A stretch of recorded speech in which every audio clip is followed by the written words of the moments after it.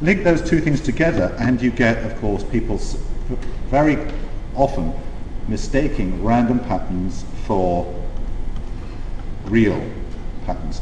For example, Tristan portrayed or may not depict Our Lady is causing quite a stir in County Limerick. The people of Rathkeil seem determined to prevent it from being destroyed. To some it may look like the stump of a tree, to others it's a religious image. A steady stream of people pass through the gates of St Mary's Church in Rathkeil again today. Since Monday, hundreds from Limerick and the surrounding counties have arrived to view a tree stump, which people believe depicts an image of the Blessed Virgin. You're a local man here, what do you think of this? Oh, just magnificent. Just something different. It's about time something nice happened in the town. It's drawn off a big crowd saying it should be lifted. What do you see when you look at it? I see the vision of Our Lady. That's me, anyway. That's my question. And do you think it should be left there? I think it should.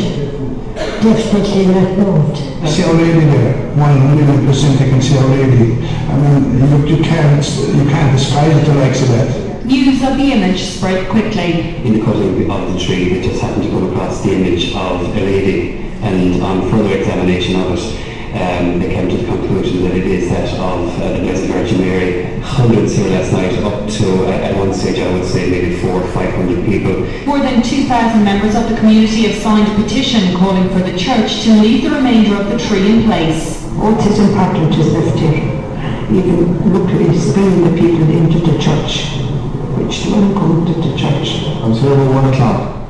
There's a gigantic crowd here. It's beautiful to look at in the night. What kind of an atmosphere was there last night? Emotional. It was beautiful. A 24-hour vigil is being held at the tree so that no vandalism can take place. The people of Rathkeil are now calling for dialogue between the church and the parish so that the tree can be made a permanent fixture. Ashton McCushtaler, TV3 News, Rathkeil, County Limerick. okay, but it's not apparently just religious people that make this mistake.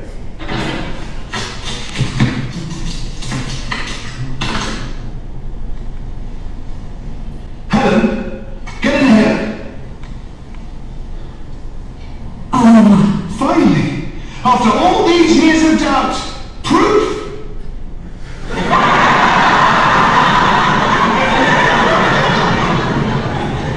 Atheists from around the world are converging here and queuing for hours just for a glimpse of the miraculous fruit section. Let's see if we can talk to one of them. Can you tell us what you see? Like I said, my faith's been completely destroyed. Oh right, so you were a believer. Yeah, I've got this tomato. You can just see the initials, JC. Oh, it looks like there's a B there as well. It says JCB. Yeah. Oh, it doesn't matter now, does it? This melon blows my tomato out of the water. It's a full sentence, there's punctuation and everything. That's good enough for me. Like the fruit says, there is no God. So what will you do now? Call a prostitute, I suppose. And joining us now is Reverend Stephen Murray. So, Reverend, what's the church's take on this? Is God done for? No, obviously there is a God and he's fine. This is just typical silly atheists getting carried away. They look at a random pattern in a piece of fruit and think they found some message in it. So, it's meaningless. Absolutely, there are a million atheists who cut open pieces of fruit today and found no such message, just the tasty flesh and seeds that God put there for them to enjoy. This particular atheist happens to have found a piece of fruit that happens to resemble writing, and he's projected his own meaning onto it. It's ridiculous. I mean, you could equally say, look at all the horrible suffering in the world and say that that proves that there's no God. Right. So, how do you explain the message? Well, it's probably just some random mutation in the watermelon genetics. Oh no, wait, not that.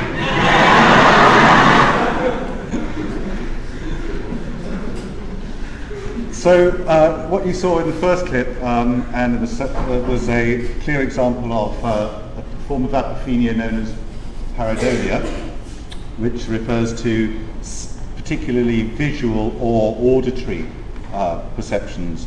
You know, we're seeing faces in clouds and things like that, or in a tree stump.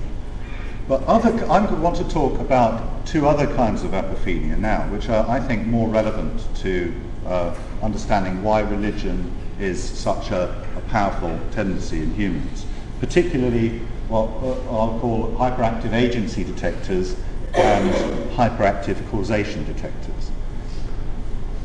By hyperactive agency detectors, I mean that there's some kind of, we all have cognitive mechanisms for picking out, distinguishing between things that have agency and things that don't. So things that have some living things and non-living things, if you like. It's a very important distinction for any animal to make, and evolution seems to have favoured their development in many species, and particularly humans. Some of the evidence for this is that we tend to look for this distinction in even the most basic of stimuli. And some interesting experiments by Tremolo and Feldman in the year 2000, they produced various computer-generated images of just dots moving around on the screen. Some dots were purely random movements, and some dots were controlled by someone to make it, look as if they were chasing something. And then they asked people to say if any of the dots had intentions, and merely the movement pattern of some dots was enough to make some people clearly see the intentionality behind that movement. So they could see those dots, those moving dots, some of those as having intentions and some of them as not. They could distinguish the random behavior from the non-random behavior, they projected that, or they interpreted those non-random dots as having some kind of intention. Interestingly, when they did the same experiment with autistic children, they were no better than chance at making that distinction. So this does seem to be related to the fact that autistic children seem to lack what cognitive psychologists refer to as a theory of mind. They don't seem to have the folk psychology that most of us just naturally acquire as children, or develop naturally as children, which enable us to interpret some of beings in the world around us as having thoughts, feelings, desires, and intentions, which makes those beings different from rocks and stones and things that don't have such intentions. For autistic children, everything is really just mechanics. Now, the interesting question is, what if we tend to over-perceive, if we make, again we're faced with this distinction, this question, do we tend to, we're not going to get this absolutely right. We're not going to always pick out, no system is going to be absolutely correct at always distinguishing agents from non-agents. So it's probably a good idea to bias your errors towards one or the other type 1 or type 2. Again, natural selection seems to have biased our brains towards the type 1 error here. That is, we're more likely to perceive agency where there is none than to perceive no agency where there in fact is agency. So that's what I mean by hyperactive agency detectors. They're kind of on the lookout for any signs of agency, and they'll jump to the conclusion that there is some kind of agency there if there's any possibility of making that. They won't tend to miss it at all. For obvious reasons. Again, it's probably more costly in evolutionary terms to mistake a person for a tree than it is to mistake a tree for a person. Okay, and this is probably what underlies our ordinary everyday animism. And what I mean by that is our tendency, for example, to kick our car when it's not working, to shout at our computers and so on. Now, on some level, we all know that that's silly, but the fact that we so readily do it suggests that even people who are clearly aware that these computers are not alive can't help at some level treating them often as if they are, even if it's just as a joke, and which may be due to a more powerful force, which, if we're not maybe so critical, we might take as actual evidence that these things are alive, and which may underlie a lot of our original tendencies to attribute spirits to rivers and mountains and so on. So I think this may be one of the forces, one of the cognitive forces, if you like, which makes it easy for us to believe in religious ideas.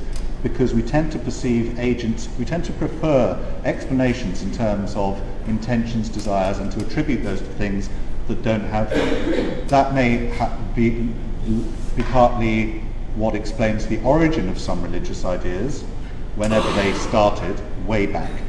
And it would also explain why those religious ideas are so easy to transmit from one generation to another. Another kind of apophenia is similar to the hyperactive agency detector, but here is the hyperactive causation detector. And I think I can best explain what I mean by that by reference to some experiments that Skinner did in B.F. Skinner, the behaviourist, with some pigeons, which Richard Dawkins explains here in this. All wild animals have to be kind of natural statisticians, looking for